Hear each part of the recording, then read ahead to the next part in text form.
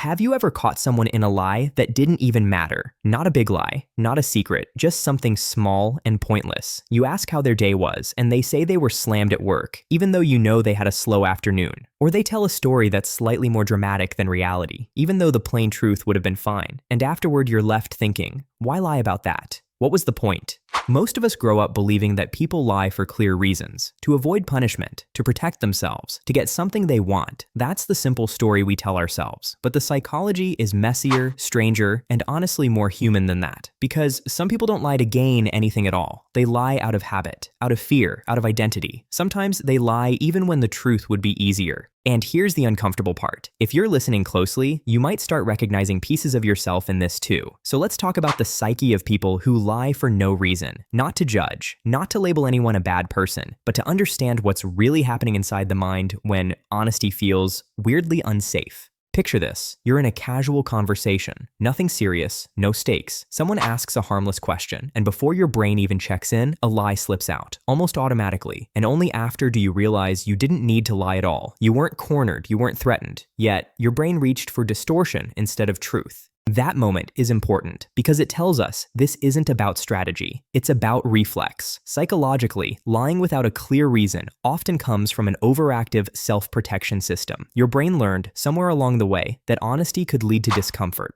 maybe not danger, but tension, judgment, disapproval. And once your brain learns that association, it doesn't wait to see if the threat is real. It just reacts. Think of it like flinching. You don't flinch because you consciously decide to. You flinch because your nervous system fires before logic has time to catch up. For some people, lying works the same way. It's a flinch response to social interaction. A lot of these patterns start early. If you grew up in an environment where honesty was met with punishment, ridicule, or emotional withdrawal, your brain may have learned that truth equals risk. Even if the adults in your life didn't mean harm, even if they thought they were teaching discipline, your nervous system doesn't speak logic. It speaks association. So later in life, your brain defaults to what once kept you emotionally safe. Not because it's useful now, but because it worked then. That's how survival skills turn into habits. Another reason people lie for no reason is identity protection. We all carry an internal image of who we are or who we're supposed to be. Productive, interesting, put together, unbothered. And sometimes the truth doesn't match that image. So instead of adjusting the image, the brain adjusts the story.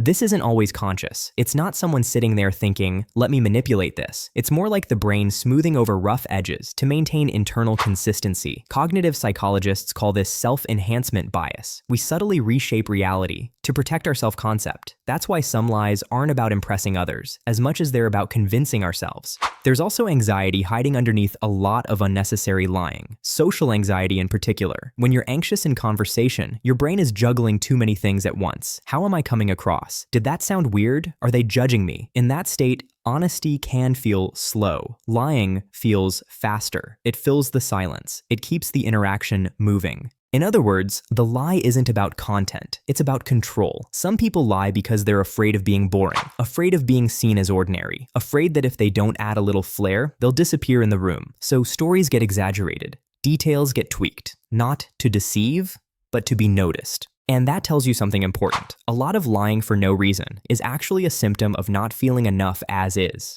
There's also the habit factor. The brain is incredibly efficient, sometimes to a fault. If lying solved a social problem in the past, the brain stores it as a shortcut. Over time, that shortcut becomes automatic. The lie comes out before the truth even reaches the surface. Neuroscience shows that repeated behaviors strengthen neural pathways. So someone who lies often doesn't necessarily lie more intentionally. They lie more fluently. That's why some people seem to lie, even when it backfires, even when it complicates things, even when it would have been easier to tell the truth. At that point, the behavior isn't serving a goal. It's serving familiarity. Another layer is emotional avoidance. Truth can be emotionally exposing, even when the topic is small. Saying, I did nothing all day can feel vulnerable. Saying, I didn't reply because I was overwhelmed requires self-awareness. A small lie can act like emotional insulation. It keeps you from being seen too clearly. This is especially common in people who were never given space to express uncertainty, weakness, or confusion growing up. If emotions weren't welcomed, honesty feels like opening a door you were taught to keep shut. What's interesting is that people who lie for no reason often feel worse afterward. Guilt, shame, anxiety about being caught, even confusion about why they lied at all. That emotional aftermath tells you this isn't about manipulation, it's about misalignment. Their behavior doesn't match their values, and that tension creates distress. It's also worth saying this: not all lies are malicious. Humans lie far more often than we admit, and many of those lies are social glue, polite lies, softened truths, little distortions to avoid unnecessary friction. The problem arises when lying becomes a default rather than a choice. When honesty starts to feel unsafe, even in low-stakes situations, that's when it's worth paying attention. So, what does growth look like here? It doesn't start with forcing brutal honesty. That usually backfires. It starts with slowing down, creating a pause between question and response, letting your nervous system realize that this moment isn't dangerous.